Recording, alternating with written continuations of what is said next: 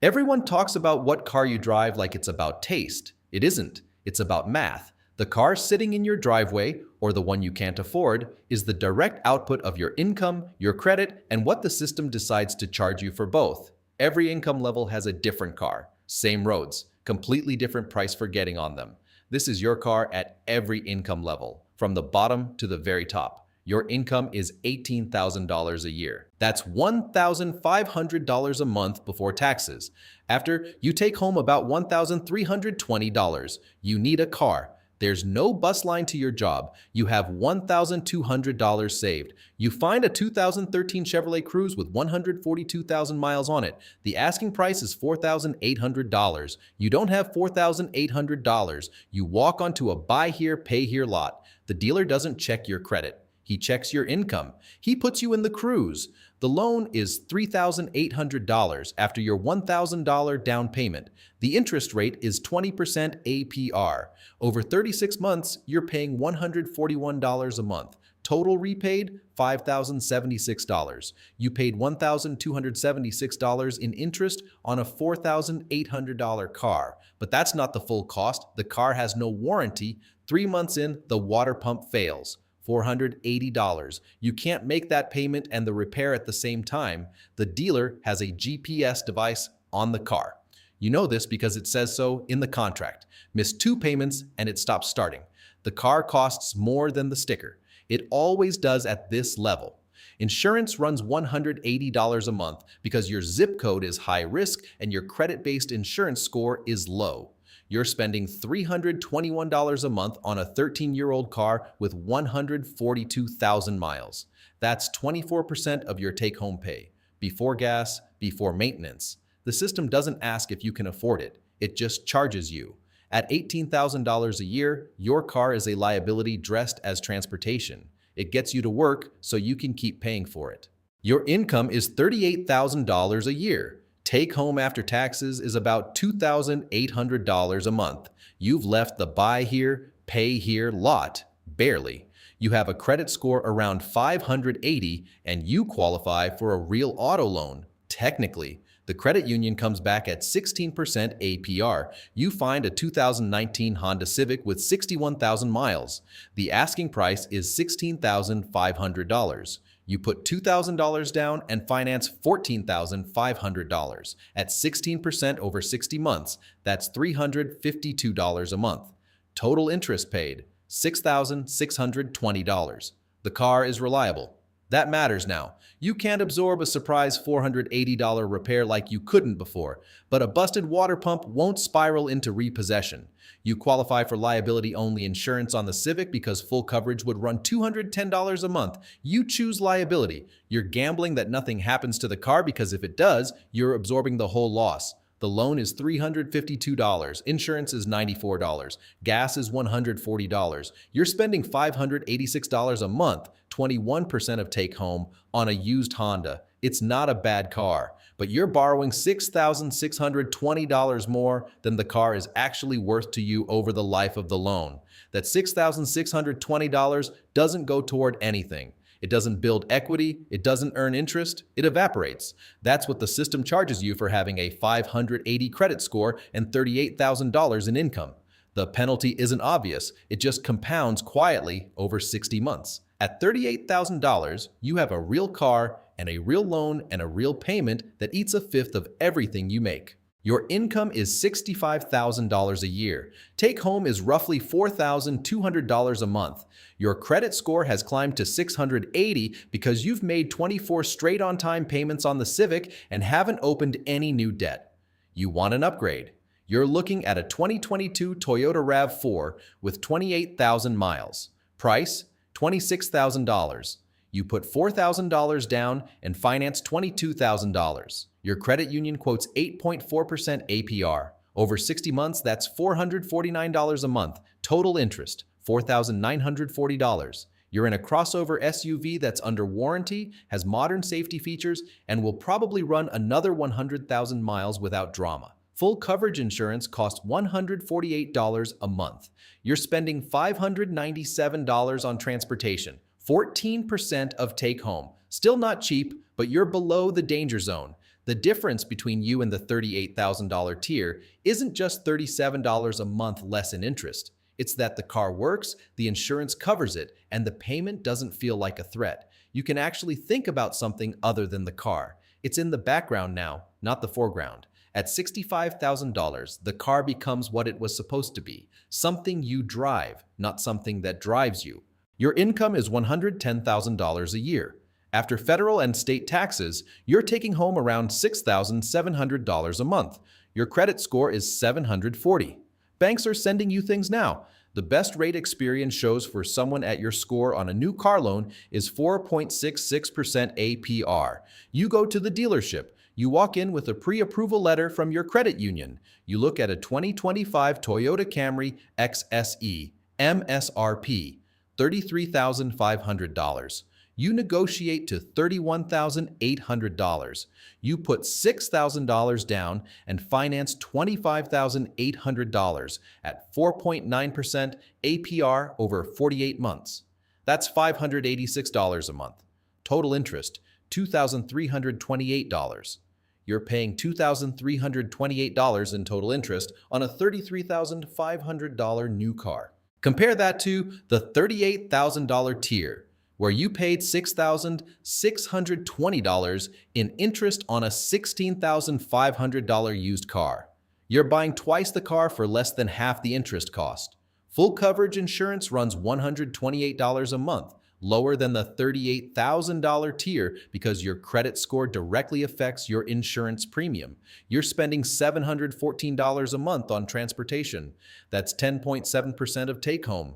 Every financial guideline says stay under 15%. You're clear, the car is new, the warranty is full, the payment is predictable for 48 months, and then it's zero. At $110,000, the car becomes an appliance, a reliable, comfortable, covered appliance that you don't think about between fill-ups. Your income is $200,000 a year. After taxes, you're keeping around $11,500 a month. Your credit score is above 780. You're not shopping for a car, you're choosing one. This is a different transaction. You walk into the BMW dealership. You're looking at a 2025 BMW 5 Series. MSRP, $62,200. BMW Financial Services is offering 1.99% APR for 36 months to well-qualified buyers. You finance $50,000. Your payment is $1,430 a month.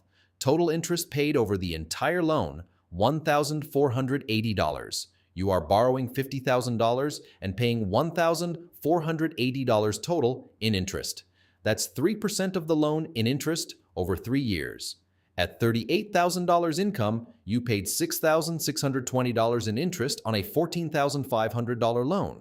Same system, different price. Alternatively, you lease. The 2025 BMW 5.3. OI is available at $769 a month for 36 months with $6,413 due at signing. You take the lease. You write a check for $6,413, set up a $769 autopay, and drive off in a car that would have cost the $38,000 version of you 2 full years of gross salary. Your all-in transportation budget is about $1,100 a month, including insurance and gas.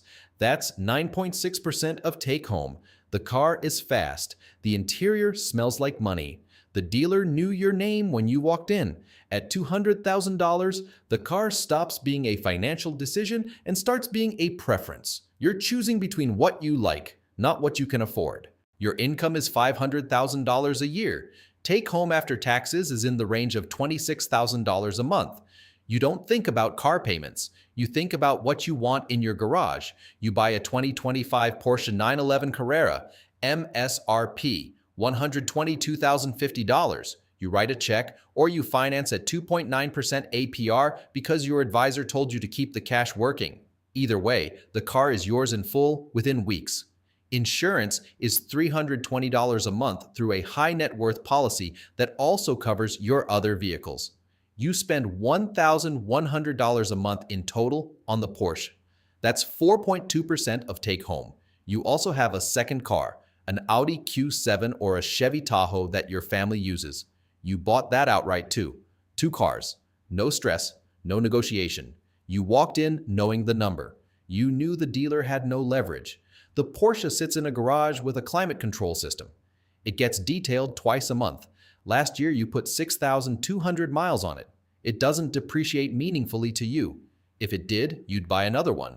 At $500,000 a year, the car is an accessory, a very expensive accessory that happens to have four wheels. The price is irrelevant. The question is only which one. Your income is $5 million a year. This is no longer an income in the traditional sense. It's investment returns, carried interest, equity distributions. Your financial advisor manages the tax optimization. You take home differently than a salaried employee. You have a fleet, not metaphorically, literally. There's a Lamborghini Huracan in the garage. Base MSRP $263,000. A Range Rover Autobiography, $190,000. The family Tesla Model S, $89,990. You bought all three in the same year. The Lamborghini you purchased at an event. Someone told you about the allocation. You were on a list. You put down a deposit. 4 months later, a car transporter showed up. You never went to a dealership. You never sat across from a finance manager. You never heard the phrase, "What kind of monthly payment are you looking for?" The Huracan cost you $263,000. Your monthly carry on that purchase, if you spread it across 12 months, is about $21,900. That's less than the $38,000 tier pays as a percentage of income. Your car insurance is bundled into a personal umbrella policy. Premiums are a rounding error. You don't know what they are off the top of your head. At $5 million a year, the question isn't what car you can afford. The question is, how many can you logistically drive? Your income is $100 million a year or more. This number doesn't even capture it correctly. At this level, income is a misleading concept. What you have is capital, and capital buys a different category of car entirely. The Rolls-Royce Phantom. Base price? $460,000. You don't pick the color from a brochure. You fly to Goodwood, England. You sit with a design team. You choose the exact thread count of the leather, the specific wood veneer, the personally embroidered headliner. Rolls-Royce calls it bespoke. You call it Tuesday. The Bugatti Chiron is also in the collection. $3.9 million. You were on a 2-year wait list. You knew this when you put the deposit down. It sits in a climate-controlled storage facility 3 miles from your primary residence. A specialist drives it quarterly to keep the systems active. You haven't driven it yourself in 6 months. There's also the Rolls-Royce Boat Tail, $28 million. 3 were made. You heard about one coming available through a contact at a private bank. You reviewed the specifications over a 90-minute call. The car was delivered to your secondary property. You were not present for delivery. A member of your household staff signed for it. At this level, the car is not transportation. It is not even a status symbol in any conventional sense. It is art. It is a store of value. It is a conversation you have with other people who operate at the same altitude. When Bugatti unveiled a new model at Pebble Beach last year, you were in the tent, not as a spectator, as a buyer. The cars own you as much as you own them. The collection requires insurance specialists, storage specialists, detailers, transport logistics. The car has become a job. This is the full distance. At $18,000, you spend $321 a month, nearly a quarter of your take-home, on a 13-year-old car with a GPS kill switch. At $100 million, you spend $28 million on a single vehicle and send someone else to sign for the delivery. Between those 2 points, every income level has a car. And the car tells you exactly what that level costs, what it can access, and what it cannot. The system doesn't judge you. It prices you. You don't control what tier you start in, but if you're watching this, you understand now that the car in your driveway is a data point. It tells you where you are. The next car tells you where you're going. Earn more, protect your credit, finance strategically and not emotionally. The $6,620 in interest you paid at $38,000, that money didn't go away. It went to someone else's boat tail. That's your car at every income level. Broke to billionaire. Same roads, very different rides.